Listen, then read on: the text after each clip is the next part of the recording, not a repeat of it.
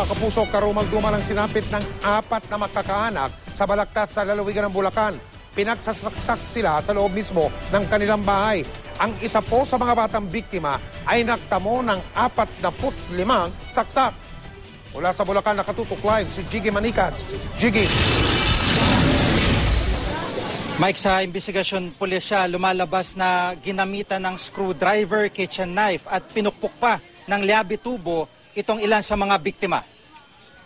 Madaling araw kanina nang madiskubre ang bangkay ng mga maglulolo sa bahay na ito sa St. Francis Subdivision, Balagtas, Bulacan. Ang mga biktima, kinilalang sina Rodrigo Roque, 77 taong gulang, ang dalawa nitong apo na sina Corinne at Christian Santa Ana at ang ina ng bata na si Cristina. Kalunos-lunos ang inabot ng 4. Ang lolong si Rodrigo nagtamo ng 9 na saksak. 22 naman ang inabot ni Cristina. Si Corinne nagtamo ng 45 saksak. At bagamat 4 na saksak lang ang inabot ng 10 taong gulang na si Christian, bali naman ang braso nito. Nilimas ng mga sospek ang vault ng lolo na ayon sa mga kaanak ay di bababa sa 200,000 piso ang cash na laman. Nawawala rin ang wallet nito at huli raw na kinita mula sa kanyang rice mill business sa Kabayanan. Paniwala ng anak ni Lolo Rodrigo na si Ella, kakilala ng kanyang tatay ang mga sospek.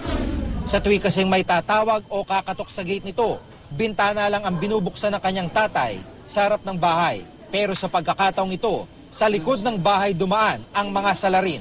Yan, gagaganyan yan. Ganyan yan. Naniniguro? Naniniguro yun. Ngayon, siguro, kilala, baka yun lang baka kilala, malamang lumabas doon. Yung pinto na yun na nabuksan siguro. Maliban sa pera, wala nang tinangay na iba pa mga sospek. Sa investigasyon ng mga pulis, kutsilyo, screwdriver at liabe ang ginamit sa pagpatay ng mga sospek.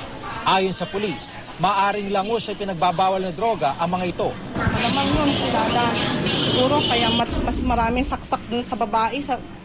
Malamang kilala yun eh. Malamang yun, malamang. Kasalukuyan parang iniimbestigahan ng mga otoridad ang kaso upang matukoy ang mga nasa likod ng krimen.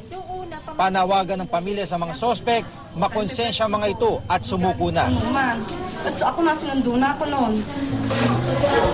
May kanina nga ay nagkaroon ng pagkakataon ng News TV Quick Response Team na makausap si Police Chief Inspector Alfonso Cruz, ang hepe ng Balagtas, Bulacan Police. At ayon sa kanya ay tatlong katao ang inimbitahan nila sa kanilang tanggapan para sa kaukulang investigasyon. Tumanggi siyang idetalye muna ang napag-usapan o di kaya ay naging reaksyon itong tatlong tao habang patuloy na inaalam ang posibleng kinalaman o di kaya iba pang motibo sa naturang krimen. Mike? Meron kaya mga posibleng nakasaksi, Jiggy?